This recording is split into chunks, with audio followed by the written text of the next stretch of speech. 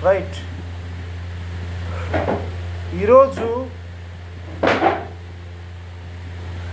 ప్రభునందు ప్రియమైనటువంటి వారులారా, ఈరోజు ఈ యొక్క వీడియో చూస్తున్న మీ అందరికీ కూడా ప్రభు అయిన యేసుక్రీస్తు వారి నామంలో శుభాలు, వందనాలు తెలియజేసుకుంటున్నాం. దేవుడు నాకు ఇచ్చినటువంటి ఆలోచనను బట్టి, దేవుడు నాకు ఇచ్చినటువంటి తలాంతును బట్టి, అభిషేకాన్ని బట్టి మరి మీతో కూడా ప్రతి దినము ఒక చిన్న వర్తమానం పంచుకోవాలని ఆశ పడుతూ ఉన్నాను. ఈరోజు ఈ వర్తమానాన్ని ప్రార్థనతో ప్రారంభించుకుందాం. దయగల మా యేసయ్య, ప్రేమగల మా తండ్రి, నీకే స్తోత్రాలు. ఈ యొక్క సమయంలో ఈ యొక్క వర్తమానం ద్వారా మీరే నాతో మాట్లాడండి.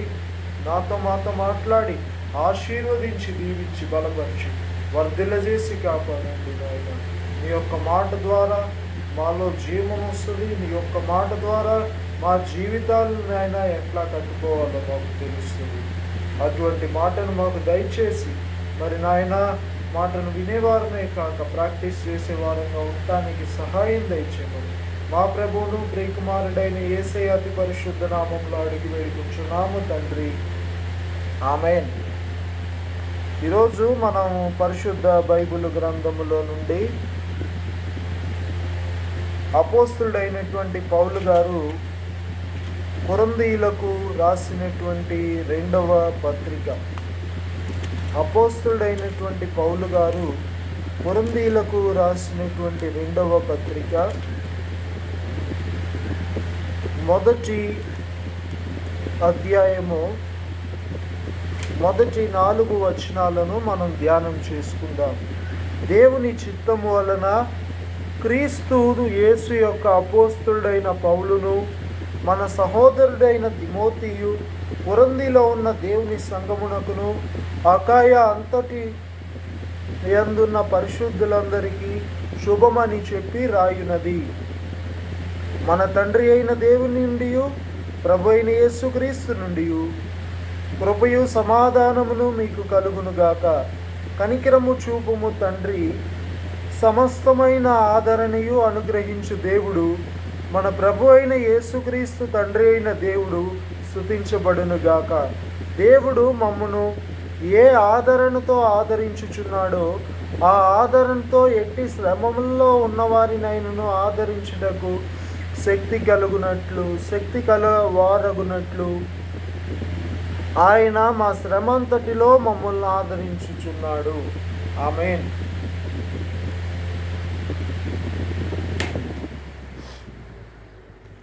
ఇది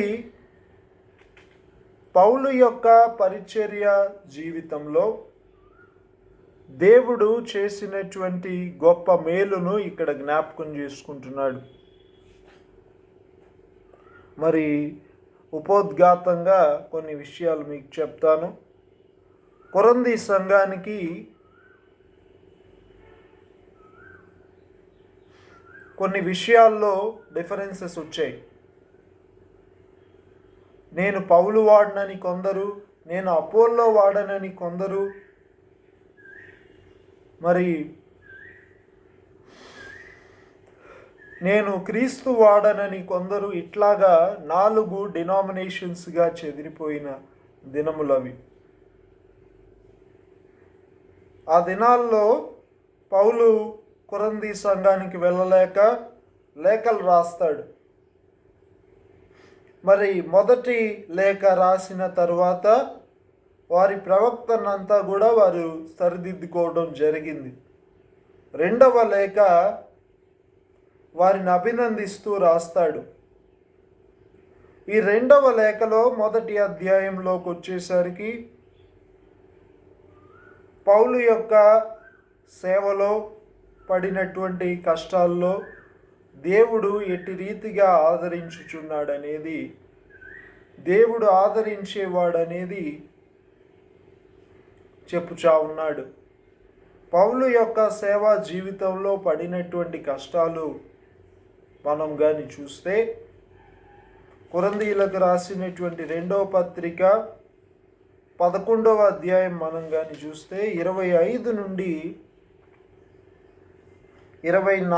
23 నుంచి 27 వచనాల వరకు మనం చూస్తూ ఉన్నప్పుడు యూదులతో కొట్టబడ్డాడని, బెత్తములతో కొట్టబడ్డాడని, దొంగల వలనైన ఆపదల్లోనూ, ఆయన అన్నదమ్ముల వలనైన ఆపదల్లోనూ, ఆయన స్వజాతీయుల వలనైన ఆపదల్లోనూ పౌలు ఉన్నాడని చెప్పి మనం చూస్తాం. అయితే పౌలు ఇచ్చుచున్నటువంటి సాక్ష్యం ఏంటంటే, నేను అనుభవించినటువంటి కష్ట నష్టాల్లో, నేను అనుభవించినటువంటి ఇరుకుల్లో, ఇబ్బందుల్లో, శోధనల్లో మరి దేవుడు కూడా నాతో ఉన్నాడు, దేవుడు నన్ను ఎప్పుడు కూడా విడిచిపెట్టలేదు అని చెప్పి పౌలు ఇచ్చుచున్నటువంటి సాక్ష్యం. ఈరోజు ప్రభునందు ప్రియమైనటువంటి వారులారా, చాలామంది కష్టాలు వస్తే మరి దేవుడు ఎక్కడున్నాడని, దేవుడు లేడని, ఇరుకులు, ఇబ్బందులు, శోధనలు వస్తే ఇంకా దేవుణ్ణి దూషిస్తా జీవిస్తూ ఉన్నారు. అలాంటి వారికి దేవుడు పౌలు యొక్క జీవితం ద్వారా సెలవిచ్చుచున్నది ఏంటంటే, దేవుడు మీతోనే ఉండి మిమ్మల్ని ఆదరిస్తానే ఉన్నాడు. హెబ్రీ పత్రికలో కూడా ఒక మాట ఉంటుంది కదా,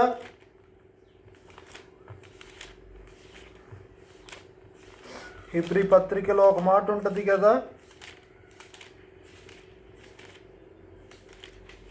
13వ అధ్యాయము 6వ వచనం కానీ మనం చూస్తే, 5వ వచనం కానీ మనం చూస్తే, ధనాపేక్ష లేని వారై మీకు కలిగిన వాటితో తృప్తి పొంది ఉండుడి, నిన్ను ఏమాత్రమును విడువను, నిన్ను ఎన్నడను ఎడబాయను అని ఆయనే చెప్పాను కదా అని ఉంటుంది.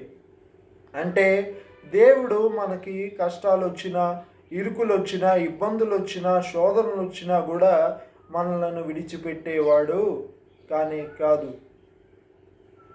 ప్రియమైన వారులారా, ఈరోజు చిన్న చిన్న కష్టాలకే, చిన్న చిన్న నష్టాలకే, ఇరుకులకే, ఇబ్బందులకే, శోధనలకే చాలామంది ఏం చేస్తున్నారంటే, దేవుడు వారితో కూడా లేరు అనుకొని, దేవుడే లేడు అనుకొని వారి జీవితాలను మరి వారు ఒంటరిగా ఉన్నారనుకొని, వారికి ఆదరించేవారు ఎవరు లేరనుకొని అత్యధికమైనటువంటి బాధకు లోనైపోయి ఒంటరితనాన్ని అనుభవిస్తా మరి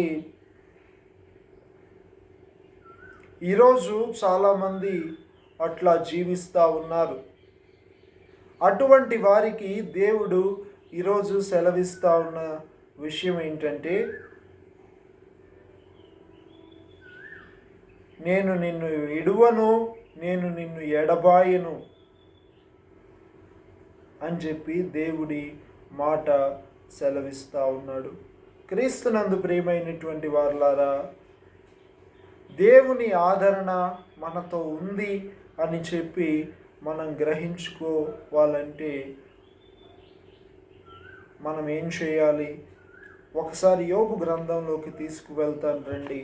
దేవుని ఆదరణ మనతో ఉంది అని చెప్పి మనం గ్రహించుకోవాలంటే ఒకసారి యోబు గ్రంథంలోకి తీసుకువెళ్తా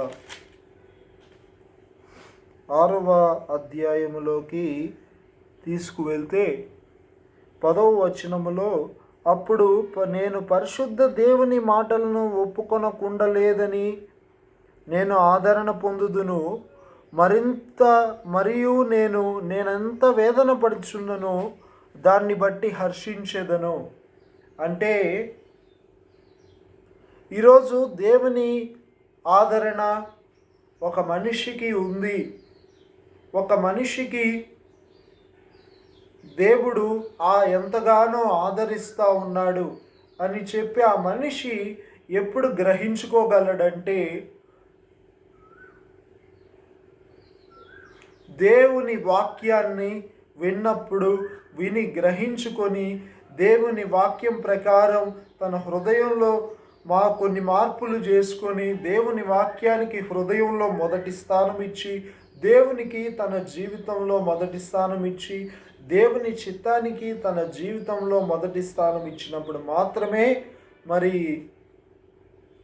ఒక మనిషి దేవుడు తనను ఆదరిస్తున్నాడన్న విషయం గ్రహించుకోగలడు.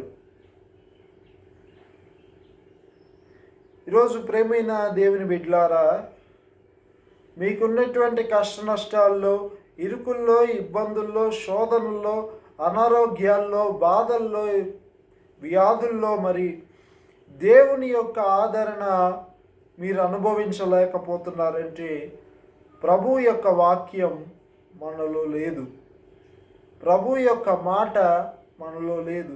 ప్రభు యొక్క మాట మనలో లేకుండా మనం దేవునికి స్థానం ఇవ్వటం అసాధ్యం. ప్రభు యొక్క బోధ మనలో లేకుండా మనము దేవునికి స్థానం ఇవ్వటం కానీ దేవుని చిత్తాన్ని చేయటం కానీ అసాధ్యం. కాబట్టి ఈరోజు చాలా కుటుంబాల్లో దేవుని ఆదరణ ఉందని చెప్పి గ్రహించుకోకపోవటానికి కారణం ఇదే. కాబట్టి ప్రభునందు ప్రియమైనటువంటి వారులారా, ఈరోజు నువ్వు అటువంటి పరిస్థితిలో ఉన్నావంటే దేవుడు నా ద్వారా నీతో మాట్లాడుతున్న విషయం ఏంటంటే దేవుని ఆదరణ నీతో కూడానే ఉందని చెప్పి గ్రహించుకోమని చెప్పి దేవుడు ఎంతగానో మాట్లాడుతూ ఉన్నాడు. ప్రభునందు ప్రియమైనటువంటి వారులారా,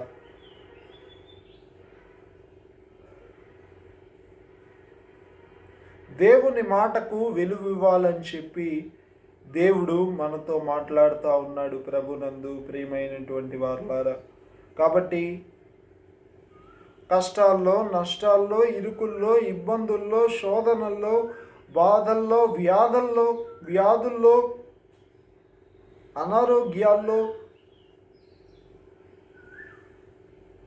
దేవుడు మనతో కూడా ఉండి మనల్ని ఆదరిస్తున్నాడన్న విషయాన్ని గ్రహించుకుందాం. మరి ఒక మారు మరి దేవుడు తన వాక్య విలువను అర్థం చేసుకోమంటున్నాడని గ్రహించి దేవుని వాక్యానికి మన జీవితాల్లో మొదటి స్థానం ఇద్దాం, దేవుని చిత్తాన్ని చేద్దాం. ఆమేన్. ప్రార్థన చేసుకుందాం. ప్రభు అయిన యేసుక్రీస్తు దేవా, సర్వలోకానికి సృష్టికర్త నీకే వందనాలు. ఈ యొక్క సమయంలో మీరు ఇచ్చినటువంటి మాటలను బట్టి మీకు వందనాలు. మీరు ఆదరించేటటువంటి దేవుడు అని చెప్పి మరి నాయన మీ ఆదరణ మేము గ్రహించుకోవాలంటే మీ వాక్యం మాలో ఉండాలని చెప్పి మాతో మాట్లాడినటువంటి దేవా నీకే స్తోత్రాలు, వందనాలు నాయన. మరి ఈ మాటలు వింటున్నటువంటి మీ ప్రియ బిడ్డలను మీ మాటల ద్వారా తృప్తిపరిచి హెచ్చరించి ఆశీర్వదించినందుకు మీకు వందనాలు, స్తోత్రాలు తెలియజేసుకుంటూ మరి నాయన వాక్యం ద్వారా దినదినము హెచ్చరిస్తానే ఉండమని, మా జీవితాలను సరిదిద్దమని మా ప్రభు అయిన యేసుక్రీస్తు వారి శ్రేష్టమైన నామం పేరిట అడిగి వేడుకుంటున్నాం పరమ తండ్రి. ఆమెన్. Thank you.